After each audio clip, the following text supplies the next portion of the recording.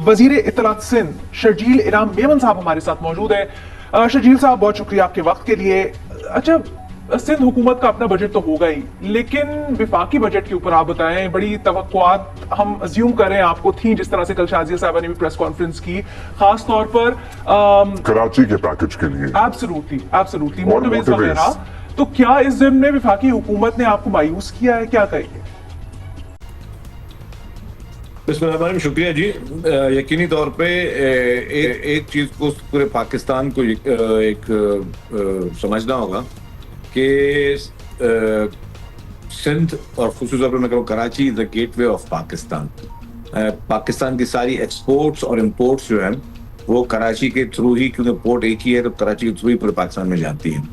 और अगर एक और सड़क भी एक ही है जो कि नेशनल हाईवे है, और उसमें जो सखर और हैदराबाद का जो मोटरवे है वो बिल्कुल नाकस हालत में, वो मोटरवे है ही नहीं। वो नेशनल हाईवे अभी तक बना हुआ है।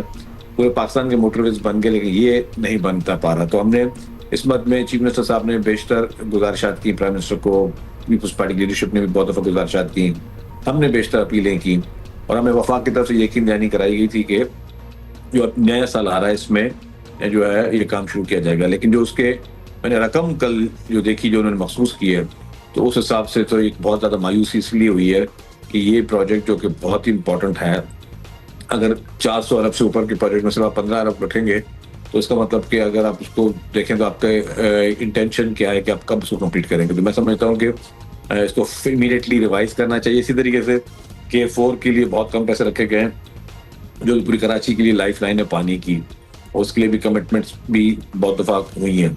तो हम समझते हैं कि जो आपका हब है पूरे पाकिस्तान का, सूबा सिंध और उसका शहर कराची, तो इनको आपने बहुत ही इंपॉर्टेंस देनी चाहिए। जिस तरीके से उसको इग्नोर किया जा रहा है, ये सरासर ज्यादती है सूबा सिंध के साथ, ये सरासर ज्यादती है सिंध के रहने वाले लोगों के साथ। और ये जो मोटरवे है सखर और हैदराबाद का, ये सिर्फ सिंध के लोगों ने इस्तेमाल नहीं करना, ये पूरे पाकिस्तान के लोगों ने इस्तेमाल करना है।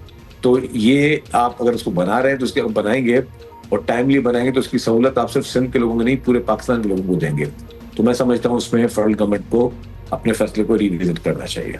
जी, अगर रिवाइज़ किया जाता है, क्योंकि जितने पैसे अभी रखे गए हैं उससे तो ऐसा लगता है कि बहुत जल्दी भी बनने वाला है नहीं। शर्जील साहब, वफाकी हुकूमत की बातें सुने तो वो ज़ाहिर है आपको भी सौ मजबूरी है, बताते होंगे एज सिंध हुकूमत को कि ताज़े टैक्स नहीं देते, IMF भी सख्ती करता है, तो फिर पैसे कहाँ से लाएँ, कैसे डेवलपमेंट प्रोजेक्ट शुरू करें। सो इस ज़मीन में आपको एतमाद में लिया गया था सिंध हुकूमत को कि भाई 15 अरब ही रख रहे हैं, इससे ज़्यादा पैसे नहीं है हमारे पास इसको रखने के लिए, शुरू करने के लिए? देखिए जी, बिल्कुल मैं समझता हूँ कि टैक्सेस के इशू हैं, और मैं समझता हूँ कि टैक्सेस के इशूज जो हैं वो सब लोगों को टैक्स देना चाहिए, लेकिन उसमें गवर्नमेंट के कुछ टैक्स लेने के तरीके भी होते हैं। बहुत सारे ऐसे इशूज हैं जिसमें मैं समझता हूँ कि आप अगर एयरपोर्ट पे चले जाएं, एयरपोर्ट पे जब भी कोई शख्स बाहर से आ रहा होता है, कोई सामान लेके आ रहा होता है, काफ़ी चीज़ें कस्टम जो है वो जब्त कर देती है। उसमें इस तरह की चीज़ें, खाने पीने की चीज़ें भी जब्त कर देती है, इलेक्ट्रॉनिक्स की चीज़ें भी जब्त कर लेती है। उससे बेहतर और फिर काफ़ी चीज़ें जो है फिर ये उनकी ऑक्शन होती हैं, या फिर इसको ये वेस्ट कर देते हैं, इसको बुलडोज कर देते हैं।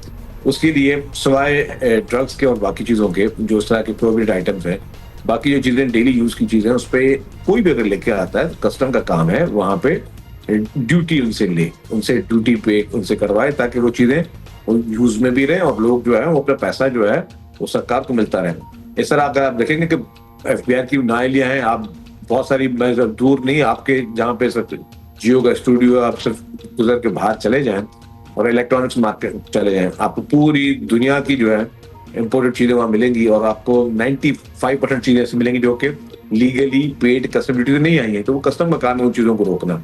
तो इस तरीके से FBI की अपनी जिम्मेदारियाँ हैं, टैक्स कलेक्शन अथॉरिटीज FBR, उनको अपनी रिफॉर्म्स करें, अपनी चीज़ों को बेहतर करें, और ताकि लोगों को उसका रिलीफ मिल सके। ये ना हो कि जो उनकी नालियों की वजह से पब्लिक जो है उस पर सफ़र कर रही है। अच्छा शर्जील साहब, ये बताइएगा, हुकूमत तो यही चाहेगी किसी ना किसी तरह बजट पास हो जाए, वैसे इतनी ज़्यादा आपकी क्या एक्सपेक्टेशंस हैं? आप आराम से मान जाएंगे या फिर कुछ रेजिस्टेंस आप शो करेंगे?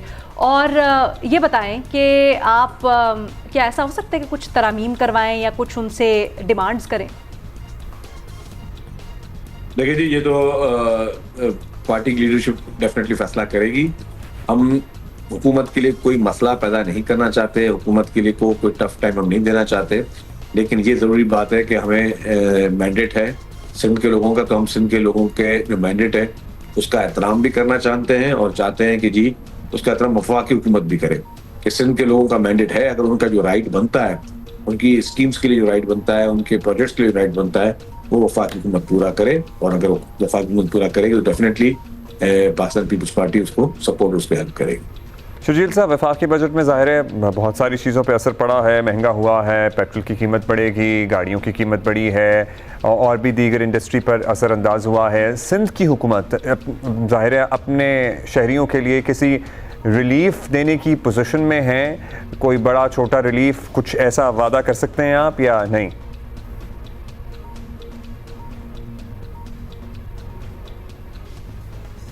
जी जी देखिए जी, हुकूमत सिंध के पास जो पैसे आते हैं वफाक से ही आते हैं। टैक्स सबसे ज्यादा हुकूमत सिंध देती है, जमा करके वफाक को देती है, पर वफाक जो है वो टैक्स जमा करने के बाद जो है फिर वो पैसे सारे प्रोविंसेस को शेयर देती है।